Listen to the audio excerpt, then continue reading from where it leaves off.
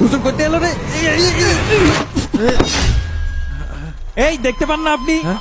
যত সব। এই দোস্ত থাম। হুজুর সরি, আপনার লাগেনি তো? না বাবা, আল্লাহ রক্ষা করেছে।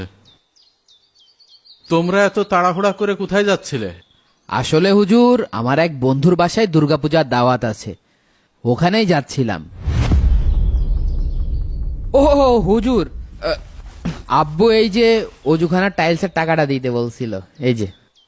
আল্লাহ তোমার আব্বুকে উত্তম প্রতিদান দান করুক। তোমরা পূজায় যাচ্ছিলে বললে? জি হুজুর, প্রতি বছরই যাই। কেন? আসলে হুজুর, আমি মনে করি ধর্ম পৃথিবীতে এসেছে মানুষের ভিতরে ভেদাভেদ সৃষ্টি করতে। যদি ধর্ম শান্তি আনতো তাহলে পৃথিবীতে এত আলাদা আলাদা ধর্ম থাকতো না। তোমার কথায় যুক্তি আছে বাবা। আচ্ছা চলো। কোথায়? আপনি যাবেন হুজুর পূজা দেখতে? হ্যাঁ যাব, চলো।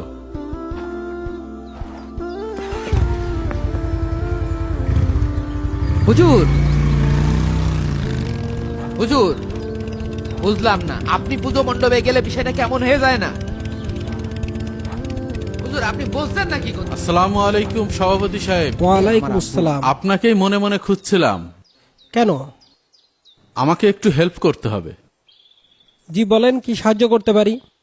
হুজুর, হুজুর আমার দেরি হয়ে যাচ্ছে। আরে দাঁড়াও। হ্যাঁ? এই ভাই, হ্যাঁ একটু এদিকে আসেন।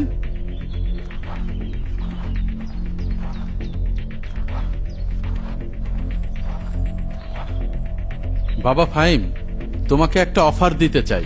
আমাকে? হ্যাঁ, কি অফার হুজুর?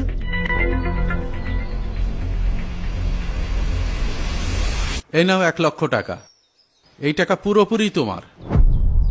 এটা দিয়ে তুমি যা খুশি করতে পারো। কিন্তু কেন হুজুর? শর্ত শুধু একটাই, তোমার আব্বুর সামনে এই লোকটাকে আব্বু বলে ডাকতে হবে। হুজুর আপনি এটা কি বললেন? আপনি কি পাগল হয়ে গেছেন? আমার বাবার সামনে অন্য আর একজনকে টাকার জন্য আমি আব্বু বলে ডাকবো? হুজুর কি হয়েছে? আমি তো কিছুই বুঝতে পারছি না। কেন পারবে না বাবা? উনি তো একজন সম্মানিত লোক। তাছাড়া বিনিময়ে তো টাকাও পাচ্ছ।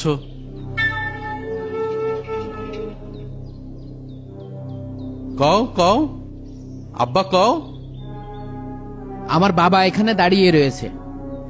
এই 1,00,000 টাকার চেয়ে আমার বাবার সম্মান অনেক বেশি। আমি এই সামান্য টাকার জন্য আমার পরিচয় বিক্রি করতে পারবো না। এই উত্তরটাই তোমার কাছ থেকে আশা করছিলাম। বাবা, তোমাকে সৃষ্টি করেছেন কে? আল্লাহ। তোমাকে খাওয়ান কে, পরান কে, সম্মান দিয়েছেন কে? আল্লাহ। তাহলে তুমি বলো, যে জন্মদাতা বাবার সামান্য অপমান তুমি 1,00,000 টাকার বিনিময়ে সহ্য করতে পারছ না, আর সেই মহান আল্লাহ যিনি তোমাকে অস্তিত্ব দিয়েছেন, সবকিছু দিয়েছেন, তার সাথে যেখানে অংশীদার বানানো হয়, যেখানে তার সমকক্ষ দাঁড় করানো হয়, আর তুমি সেই অনুষ্ঠানে আনন্দ খুঁজতে যাচ্ছিলে? তুমি যেমন টাকার বিনিময়ে অন্যকে বাবা ডাকতে রাজি নাও, কারণ এটা তোমার বাবার প্রতি এক ধরনের বিশ্বাসঘাতকতা, ঠিক তেমনি একজন মুমিনের অন্য কোনো অনুষ্ঠানে যেতে আত্মসম্মানে বাধা দেয়, যেখানে আল্লাহ তাআলার সাথে শিরক করা হয়, আর শিরিক হচ্ছে সবচেয়ে বড় জুলুম, আর সেখানে তুমি আনন্দ করতে যাচ্ছ। আপনি ভাগ্যবান সভাপতি সাহেব, আপনার ছেলে তার বাবাকে ভালোবাসে, তাই সে তার স্থান কাউকে দিতে পারেনি।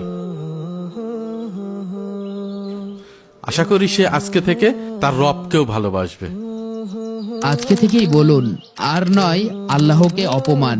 আপনার আরেকজন মুসলিম ভাইকেও ভিডিওটি শেয়ার করে সতর্ক করুন।